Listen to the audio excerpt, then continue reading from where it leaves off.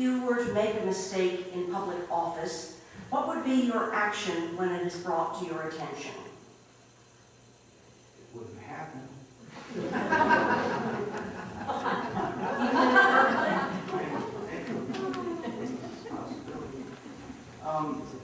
Seriously, it would be difficult. I mean, what constitutes a mistake? Are there ever, in my 19 years of governance, rethought something, thought perhaps had I known now what I know then? That takes place. But certainly, every time you come to a meeting, your determination is to make the best possible decision. Sometimes those decisions are weighed by other points of view. I've had public meetings where I came in with a certain mindset, and it was changed by hearing people. If I made a mistake, and I felt definitely I had made a mistake, I would own up to it and acknowledge it. In terms of changing that, that's hard to say. I make a vote, and I later feel the vote wasn't right, well, there's not a whole lot I can do. But certainly if I make a personal mistake, You may finish the sentence. Thank you. Ms. Harvey. If I made a mistake and I realized it was a mistake, I would hope that I would own up to it. And if it was correctable, I would correct it. And if it was something I needed to apologize for, I would hope that I would apologize for it and be sincere in my apology. I think people make mistakes.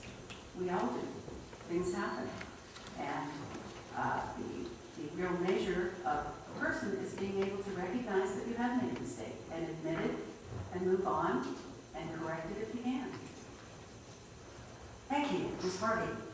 We all, after all, are only humans. So humans by nature make mistakes. And I think what's important is to admit that you made a mistake, apologize if necessary, and try to do better the next time with the relationships that you have. It's all about relationships. People make mistakes, you correct it, and you move on. Thank you. Mr. Barich. Sometimes when one is accused of making a mistake, it does raise the opportunity to ask if the mistake actually took place or not. And oftentimes as human beings we have to reach within ourselves and ask ourselves if the mistake actually happened or whether we want to consult with other people to get a second opinion. And surely mistakes are part of life, but you must be able to apologize if necessary and rise to the occasion of taking responsibility for your own actions and making it up to those people who you made the mistake or who was a victim of the mistake. But the fact is, you don't accept someone saying that you made a mistake just on their word only. Thank you. Thank you. And you get Ms. Harvey.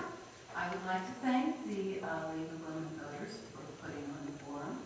I would also like to thank everyone who gave up their evening to be here and to listen to us. I hope it has provided you with some of the answers that you are seeking, and I hope that you will make sure you vote on the 17th and vote yes or no on the recall, and then vote for a candidate. Thank you. Thank you. And Mr. Barich. I thought what might be appropriate to convey tonight is what have I done in my 10 months in office? Number one, no longer is there a unanimous vote on everything that comes before the council. And I can't tell you how comforting that is to a large segment of this community. I have given a very large segment of this community a sympathetic ear on the council that it has never had before or hasn't heard for a long time. I've treated every visitor into my office, every phone call, and every email with the utmost respect and compassion. That's a first for the city that I understand from hearing from other people. I have forced the city to pass a budget before it declares itself in a financial emergency as the smart way to do things. Had the city had the courage to balance a budget for the first time in years, they may have swayed my position and we might have passed a sales tax hike by now. But we don't deserve more tax money if we can't manage the money we have responsibly. I have pushed for term limits for council members and tried to put an end to council members running for re-election every day as opposed to doing their jobs. I pushed for deeper cuts across the board in our city budget to avoid bankruptcy and to keep the recreation department in place. Unfortunately, I was outvoted. I failed to roll over and abandon my campaign pledges like so many others have done in the past. This has given many people in town faith and others reason for recall. I cried out for volunteers, for city volunteers, when city officials said volunteers were too problematic to deal with. I constructed a weblog that citizens like you can actually participate in, unlike the city's website. I've set a new standard for accessibility for council members by holding regular office hours at City Hall and without taking a paycheck. Thank you. Thank you. Mr. Kirchmann. I concur with Ms. Hardy's thanking the league and the audience and the recommendation of voting not only for pro or con the recall, but also for candidates. I also concur with Mr. Barich in terms of holding regular office hours and being open and responsive to emails and the citizens at large. This is an incredible town in many ways. We're close to a college that was created by and large through community interest. It's a city that's allowed for all sorts of diversity over the years. People dancing with no more on than perhaps some mud to satisfy the law. It's been in the paper, sometimes embarrassingly and sometimes not. I've had the good fortune of working with a number of people to create a world-class event and to give back to the community and especially community groups. The Accordion Festival generates money towards music programs in the schools, and the schools have no more money coming into them than the city does. It also gives back to the Boy Scouts, it gives back to PTA, it gives back to our nursery school, and more than that, it provides a draw for the world literally to know about Cotati. And if we're going to sustain ourselves, we need to generate a gathering place where people come to Cotati, enjoy Cotati, and tell their friends about Cotati. It's certainly nice to be in another country and say Cotati and have people say, oh, I've been there, or I know about that, or oh, why should I go there? So I think that's an essential piece that we have to bring to Cotati and also share with the world. Thank you. Ms. Harvey. Again, I wish to thank the League of Women Voters for sponsoring this forum. I appreciate the opportunity to share my perspectives with you tonight.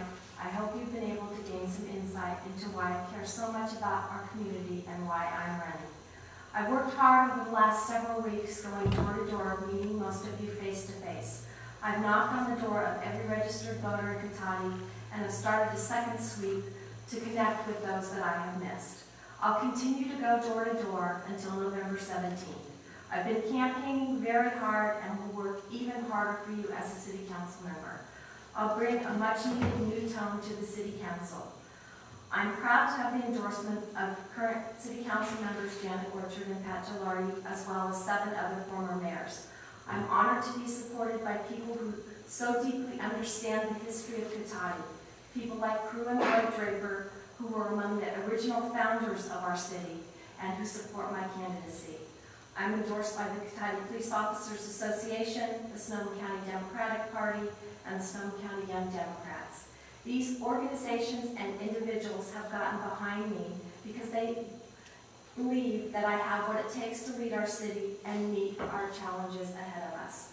I appreciate all of you caring enough tonight to come out and to listen what each of us brings to the table. I hope you will all vote. Thank you for listening, and I'd be honored to have your vote.